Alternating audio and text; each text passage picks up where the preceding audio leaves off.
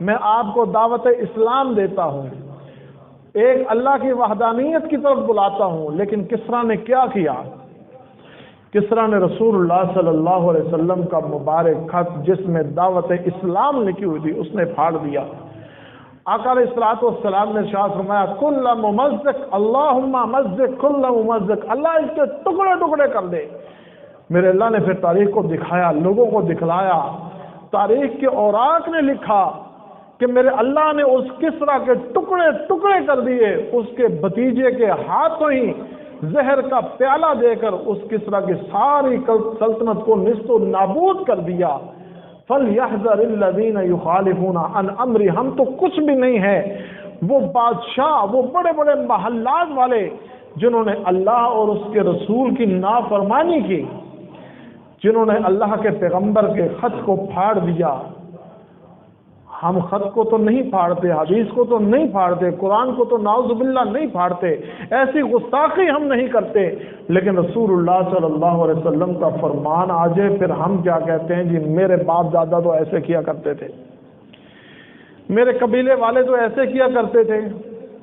خدا را نہ دیکھو بات کرنے والا کون ہے، صرف یہ دیکھو کہ بات رسول اللہ صلی اللہ علیہ وسلم کی ہے یا نہیں ہے۔ اب میں نے جب رسول اللہ صلی اللہ علیہ وسلم کی سنت کے مطابق میں نے نماز پڑھنا شروع کی، میں نے اپنے استاد بڑی مسجد میں قاری فخر الزمان صاحب ہوا کرتے تھے، میں نے ان سے پوچھا استاد محترم صرف یہ بتائیے کہ یہ جو حدیث ہے رسول اللہ صلی اللہ علیہ وسلم نے اپنے ہاتھوں کو کندھوں تک اٹھایا ہے، تکبیر اولا کے وقت، سجدے میں رکوع میں جاتے وقت، رکوع سے سر اٹھاتے وقت، دوسری رکعت کے بعد اٹھایا ہے، کیا یہ رسول اللہ صلی اللہ علیہ وسلم کی سنت ہے یا نہیں ہے؟ استاد محترم کہنے لگے بیٹا یہ رسول اللہ صلی اللہ علیہ وسلم کی سنت ہے۔ میں نے کہا استاد محترم کیا یہ قابل عمل ہے یا نہیں ہے؟ استاد محترم کہنے لگے کہ ہاں یہ رسول اللہ صلی اللہ علیہ وسلم کا فرمان ہے، یہ نہ دیکھو کہنے والا کون ہے، تائید کرنے والا کون ہے، صرف یہ دیکھیے کہ رسول اللہ صلی اللہ علیہ وسلم کا یہ فرمان ہے یا نہیں، اللہ کی کتاب میں یہ آیت ہے یا نہیں، رسول اللہ صلی اللہ علیہ وسلم کے فرمان میں یہ حدیث ہے یا نہیں۔ تو پھر کنبے اور قبیلے کو، خاندان کو چھوڑ دیجئے، اللہ عزت دے گا یہاں بھی اور آخرت میں بھی۔ اگر ہمارے معاشرے نے یہ رسول اللہ صلی اللہ علیہ وسلم کا کوئی بھی فرمان یہ کہہ کر ٹھکرا دیا کہ میں تو اپنے قبیلے والوں کو دیکھوں گا، گھر والوں کو دیکھوں گا، امی ابو سے پوچھوں گا کہ میں اس حدیث پر عمل کروں یا نہ کروں، میرا خاندان تو یہ کرتا ہے، اس طرح نماز پڑھتا ہے، اس کا صدقات و خیرات کرتا ہے، تو قیامت کا دن ہوگا رسول اللہ صلی اللہ علیہ وسلم کے سامنے جب امتیوں کو پیش کیا جائے گا، ان کی نمازیں بھی ہوں گی، داڑیاں بھی ہوں گی، پانچوں کلیان چمکتے بھی ہوں گے، تو ان کے درمیان پردہ حائل کر دیا جائے گا، دیوار کر دی جائے گی۔ تو رسول اللہ صلی اللہ علیہ وسلم پوچھیں گے اے میرے فرشتوں یہ تو میرے امتی ہیں، ان کی داڑیاں بھی ہیں، پانچوں کلیان، ان کے چہرے بھی چمک رہے ہیں، ہاتھ بھی چمک رہے ہیں، پاؤں بھی چمک رہے ہیں، یہ وضو بھی کرتے تھے، نماز صدقات خیرات سب کچھ کرتے تھے، ان کو آنے دیجئے۔ تو رسول اللہ صلی اللہ علیہ وسلم کو بتلایا جائے گا یا رسول اللہ صلی اللہ علیہ وسلم آپ نہیں جانتے کہ آپ کے جانے کے بعد انہوں نے دنیا میں وہ کام ایجاد کیے جو آپ کی سنت نہیں تھی، جو آپ کے طریقے پر عمل نہیں تھا، صحابہ کرام نے وہ عمل کر کے نہیں دکھایا۔ فَلْيَحْذَرِ الَّذِينَ يُخَالِفُونَ عَنْ أَمْرِهِ أَنْ تُصِيبَهُمْ مُصِيبَةٌ، وہ لوگوں کو ڈر جانا چاہیے جو رسول اللہ صلی اللہ علیہ وسلم کی مخالفت کرتے ہیں۔ رسول اللہ صلی اللہ علیہ وسلم نے اگر کسی کے خلاف ہاتھ اٹھائے، میرے اللہ نے پھر تاریخ میں دکھایا، احادیث میں درج ہے کہ اللہ کے رسول صلی اللہ علیہ وسلم نے جیسا فرمایا ہے ویسا پھر رسول اللہ صلی اللہ علیہ وسلم کے فرمان کے مطابق ہوا ہے، میرے اللہ نے وہ کر کے دکھایا ہے۔ فَلْيَحْذَرِ الَّذِينَ يُخَالِفُونَ عَنْ أَمْرِهِ أَنْ تُصِيبَهُمْ فِتْنَةٌ أَوْ مُصِيبَةٌ۔ رسول اللہ صلی اللہ علیہ وسلم کے سامنے سراقہ بن مالک، قریش نے لالچ دیا کہ 100 اونٹ ملیں گے جو رسول اللہ صلی اللہ علیہ وسلم کو نعوذ باللہ گرفتار کر کے لائے گا۔ سراقہ بن مالک یہ آیا آقا علیہ الصلوۃ والسلام سیدنا ابو بکر صدیق رضی اللہ عنہ کے ساتھ تھے. فرمایا یا رسول اللہ صلی اللہ علیہ وسلم سراقہ آ رہا ہے. فرمایا سراقہ کو آنے دو. جب قریب آیا نبی رحمت صلی اللہ علیہ وسلم کی نبوت والی زبان سے الفاظ نکلے فَرْتَطَمَتْ فَرَسُهُ. آقا فرماتے ہیں کہ فوراً الفاظ نکلنے کی دیر تھی کہ سراقہ کے دونوں گھوڑے کے جو اگلے پاؤں تھے وہ سینے تک زمین میں دنس گئے. نبی رحمت صلی اللہ علیہ وسلم کو اٹھانے آیا تھا سراقہ، لیکن نبی رحمت صلی اللہ علیہ وسلم نے الفاظ نکالے، فوراً وہ گھوڑا زمین میں دھنس گیا. تو سراقہ کہنے لگا یا رسول اللہ صلی اللہ علیہ وسلم دعا کیجئے میرے لیے، اللہ مجھے مصیبت سے نجات دے دے، میں واپس چلا جاؤں گا اور وعدہ بھی کرتا ہوں آپ کے سامنے آپ کے آگے کسی دشمن کو نہیں آنے دوں گا. رسول اللہ صلی اللہ علیہ وسلم نے ہاتھ اٹھائے، میرے اللہ نے گھوڑے کو نکالا. سراقہ واپس چلے گئے اور کہنے لگے لوگوں اے میرے ساتھیوں میں آگے دیکھ کر آیا ہوں محمد صلی اللہ علیہ وسلم اور اس کا لشکر آگے نہیں ہے.